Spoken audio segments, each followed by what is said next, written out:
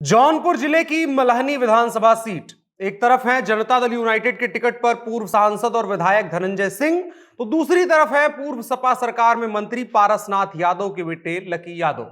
धनंजय सिंह के पहले चुनाव जो है भाजपा से लड़ने की उम्मीद थी, लेकिन जिस तरीके से उनका प्रकरण चला, इनामी साबित हुए, फरार रहे, उस दौरान जितनी चीथा लेदर हुई, उसके बाद संभवतः भाजपा आलाकमान ने उनको ड्रॉप करने का फैसला लिया और इसीलिए उनको जेडीयू से टिकट लेकर के चुनाव लड़ना पड़ रहा है। हालांकि इसको लेकर के कहा जा रहा है कि इसके पीछे भाजपा का ही गेम है, भाजपा के ही कहने पर जेडीयू से धनंजय सिंह को टिकट दिया गया है। खैर, दूसरी तरफ लकी यादव हैं, जिन्होंने पिछले चुनाव में धनंजय सिंह को हराया था, एक बार फिर से मैदान में है और उनके लिए समाजवादी पार्टी ने एड़ी से चोटी तक का जोर लगा दिया है। अगर आपको अंदाजा लगाना है कि सपा कितना जोर लगा रही है तो देखिए यहां पर 2 मार्च को शिवपाल सिंह यादव, 3 मार्च को मुलायम सिंह यादव, 4 मार्च को अखिलेश यादव के प्रचार कार्यक्रम प्रस्तावित है।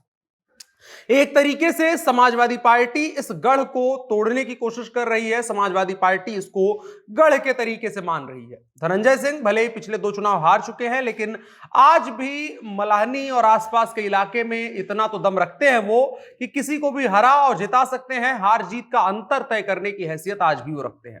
हमने बीते चुनाव में देखा है कि किस तरीके से सत्तारूढ़ भारतीय जनता पार्टी तक के उम्मीदवारों को तीसरे नंबर पर धकेला है उन्होंने, कईयों की जमानत जब्त करवाई है। कितने बड़े ऐसे लोग चुनाव यहां हारे हैं जो बड़ी बड़ी पार्टी के लोग थे।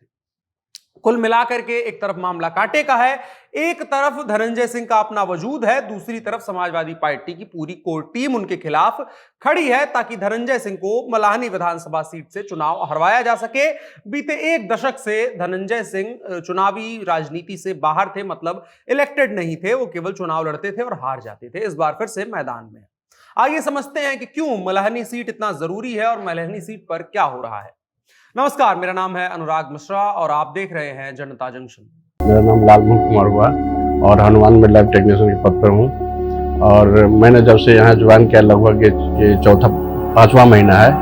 और मैंने कोविड से शुरू किया कि लॉकडाउन था तो नाश्ता सुबह से जो शाम तक निकलते थे, बीच में कुछ मिलता नहीं था, तो नाश्ता भी लोग करा देते कि आप नाश्ता पहले कीजिए, उसके बाद कलेक्शन लीजिएगा। हनुमान जो लॉन्च किया था उस समय, उन्होंने बहुत ये किया कि नहीं, बहुत अच्छे समय पर आप लोग ये किए हैं और बहुत अच्छा रिस्पॉन्स मिल रहा है। आगे बढ़े वीडियो में, लेकिन उससे पहले शॉर्ट में इनका चुनावी इतिहास जान लीजिए। साल 2002 में यूपी विधानसभा चुनाव होते हैं। वहां पर पहली बार धनंजय सिंह निर्दलीय जो है उम्मीदवार के तौर पर रारी सीट, जो अब मल्हनी बन गई है, उससे नॉमिनेशन किया और बड़े अंतर से जीत जाते हैं। 2007 में जब बसपा की सोशल इंजीनियरिंग की आंधी आई, तब भी धनंजय सिंह ने मल्हनी में बीजेपी जेडीयू के साझा उम्मीदवार के तौर पर जीत दर्ज करी।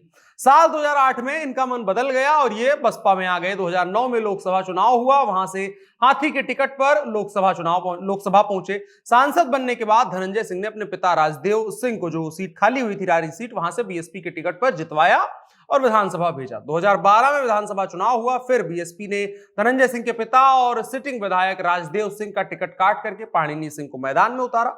जाहिर था धनंजय सिंह नाराज होंगे, धनंजय सिंह नाराज हुए। धनंजय सिंह ने मल्हनी से अपनी पत्नी जागृति सिंह को निर्दलीय के तौर पर मैदान में उतार दिया। जागृति सिंह चुनाव नहीं जीत पाई, लेकिन बीएसपी के प्रत्याशी पाणिनी सिंह को तीसरे नंबर की पार्टी और प्रत्याशी बनने पर मजबूर कर दिया। 2012 के विधानसभा चुनाव में बड़ा बवाल हुआ था, उसकी एक छोटी सी कहानी आपको सुनाएंगे। वहां पर पारसनाथ सपा के टिकट पर मल्हनी से चुनाव लड़ने आते हैं, सामने थे धनंजय सिंह। उस वक्त कई खबरें चली थी कि धनंजय सिंह जो है वो सपा में भी जा सकते हैं, लेकिन कुछ गड़बड़ हो गया मामला। उसके बाद मामला इतना हाईलाइट हुआ कि मुलायम सिंह यादव ने आकर के खुद से यहां पर कहा कि मेरे नाम पर पारसनाथ यादव को आप वोट दीजिए। बड़ा तगड़े ढंग से मुलायम सिंह यादव ने कैंपेन उस वक्त पर किया था ताकि धनंजय सिंह को चुनाव हरवाया जा सके। पारसनाथ यादव का निधन हो जाता है असमय। उसके बाद उपचुनाव होते हैं। 2020 के उपचुनाव में पारसनाथ यादव के बेटे लकी यादव 4000 वोटों से जीत करके विधायक बनते हैं। ये पूरी कहानी है, जिसमें यह है कि बीते 1 दशक से धनंजय सिंह इलेक्टेड नहीं है, चुने नहीं गए हैं कहीं से भी, और भारतीय जनता पार्टी से बीच में खबरें आई थी कि एमएलसी बनाए जाएंगे और तमाम चीजें होंगी, लेकिन बीच में उनकी फरारी कटती रही और तमाम केसेस उनके ऊपर लगते रहे। ब्लॉक प्रमुख की हत्या के मामले में आरोपी बनाए गए, फिर इनामी बन गए, फिर फरार रहे, तो जिस वजह से भाजपा ने इनका साथ लेना मुनासिब नहीं समझा। लेकिन फिर भी धनंजय सिंह, जिनका साथ कोई नहीं लेना चाह रहा है, जो निर्दलीय चुनाव लड़ते हैं, जिनके पास कोई बहुत बड़ा रसूख नहीं है, वो आखिर मल्हनी सीट पर इतने पावरफुल क्यों हैं और क्यों लगातार जो है इस सीट की बात की जा रही है और एक तरीके से नया जो है गढ़ माना जा रहा है। उत्तर प्रदेश में कई जगहों पर माना जाता है गढ़ होता है एक एक नेता का, हर नेता का, तो नया गढ़ जो बनाया है वो धनंजय सिंह ने बनाया है। दबदबा जो है उसकी बात करते हैं तो जौनपुर जिले की मलहनी विधानसभा सीट पर पिछले 2 दशक के अगर इतिहास पर आप नजर डालेंगे तो यहां चाहे भाजपा हो, चाहे सपा हो, चाहे बसपा हो, चाहे जितनी बड़ी पार्टी हो, अगर वो धनंजय सिंह के साथ में चुनाव लड़ रही है तो संभवतः वो अच्छा परफॉर्मेंस करेगी, चाहे जीते चाहे हारे, लेकिन अच्छा परफॉर्म करेगी। लेकिन अगर धनंजय सिंह टारगेटली उस आदमी के खिलाफ चले गए हैं तो उसको जमानत बचाने तक के लिए मशक्कत करनी पड़ सकती है। ये इस सीट का इतिहास कहता है। इस सीट पर धनंजय सिंह की अच्छी खासी पकड़ मानी जाती है। धनंजय सिंह पूर्व बाहुबली है, पूर्व क्या करंट में बाहुबली है, लेकिन पहले जो था, आज से 10 साल पहले धनंजय सिंह का एक अलग तरीके का रौला हुआ करता था, अलग तरीके से गुंडई उनकी चलती थी। लेकिन उसके बाद धीरे धीरे डाउनफॉल आता गया। जिस तरीके से राजनीति से दूर हुए उसी तरीके से माफियागिरी में भी उनकी पकड़ कमजोर होती गई। कहा जाता है कि जो मलहनी का एक बड़ा वोट बैंक है, चाहे वो क्षत्रिय वोट बैंक हो, चाहे पिछड़े लोगों का वोट बैंक हो, चाहे सवर्ण वोट बैंक हो, सारे लगभग मतलब कि सारी जाति, बिरादरी, धर्म में धनंजय सिंह की अच्छी पकड़ है और एक अच्छे ढंग से उन्होंने अपना वोट बैंक डिजाइन करके रखा हुआ है। धनंजय सिंह का प्रभाव इतना है कि वो जिस पार्टी या उम्मीदवार को वोट करने का इशारा कर देते हैं उसी की जीत हो जाती है। इसी डर से अब तक केवल करहल में चुनाव प्रचार के दौरान दिखाई देने वाले समाजवादी पार्टी के संरक्षक मुलायम सिंह यादव मलहनी में सपा उम्मीदवार के समर्थन में जनसभा को संबोधित करने के लिए आ रहे हैं। यही हमारे इस वीडियो का मेन मुद्दा भी है कि मुलायम सिंह यादव, जो कि उत्तर प्रदेश में बहुत कम प्रचार करते हुए दिखते हैं, करहल में गए थे प्रचार करने, वहां अखिलेश यादव का नाम तक भूल गए थे, जिससे जाहिर होता है कि मुलायम सिंह यादव का स्वास्थ्य अब साथ नहीं देता है। लेकिन उसके बावजूद अब ये मुलायम सिंह का महज चुनाव प्रचार नहीं है, ये असलियत में मुलायम सिंह की जिद है, जिसकी वजह से वो फिर से चुनाव प्रचार कर रहे हैं। 2022 को भूलिए, 2017 को भूलिए, पीछे चलिए 2012 में। 2012 में पारसनाथ यादव यहां से चुनाव लड़ते हैं धनंजय सिंह के खिलाफ, और उस वक्त पर पारसनाथ यादव की जीत कतई नहीं मानी जा रही थी। माना जा रहा था धनंजय सिंह चुनाव जीत जाएंगे। तभी अचानक से मुलायम सिंह यादव आते हैं और जम करके ये कहते हैं साफ सुथरी जबान में कि मेरे नाम पर वोट दीजिए। पारसनाथ यादव का चेहरा तो याद ही रखिए, लेकिन साथ साथ मेरा भी चेहरा याद रखिए, मेरे नाम पर वोट दीजिए।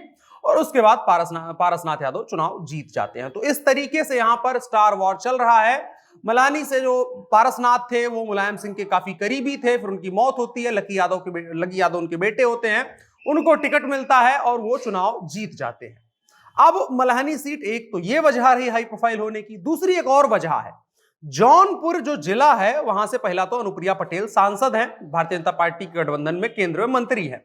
जौनपुर के एक तरफ अखिलेश यादव का संसदीय क्षेत्र आजमगढ़ है और दूसरी तरफ प्रधानमंत्री मोदी का संसदीय क्षेत्र वाराणसी है।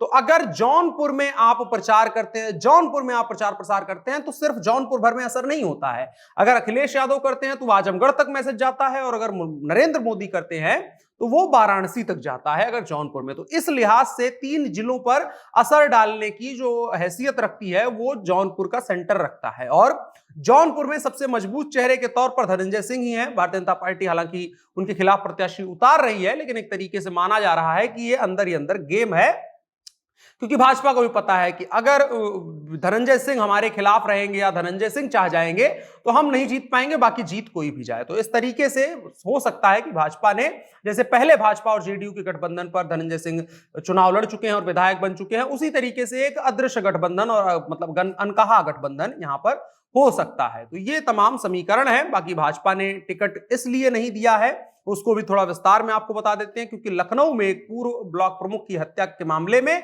धनंजय सिंह फरार थे। पुलिस ने उनके ऊपर 25,000 का इनाम घोषित किया, लगातार उनकी तलाश चलती रही। मामले में धनंजय सिंह प्रयागराज कोर्ट में सरेंडर भी कर चुके थे, लेकिन उसके बाद कुछ चीजें हुई जिसकी वजह से उनको फरार कहा गया। फिर उनके फोटो और वीडियो सामने आए क्रिकेट खेलते हुए, शोरूम का उद्घाटन करते हुए और भाजपा के लिए प्रचार करते हुए, जिसके बाद अखिलेश यादव ने लगातार ट्वीट किए, जिसकी वजह से थोड़ा भाजपा दबाव में आ गई और उसके बाद धनंजय सिंह को टिकट नहीं दिया गया। ये तमाम समीकरण है। चुनाव आखिरी चरण में है, क्या कुछ होगा देखने वाली बात होगी।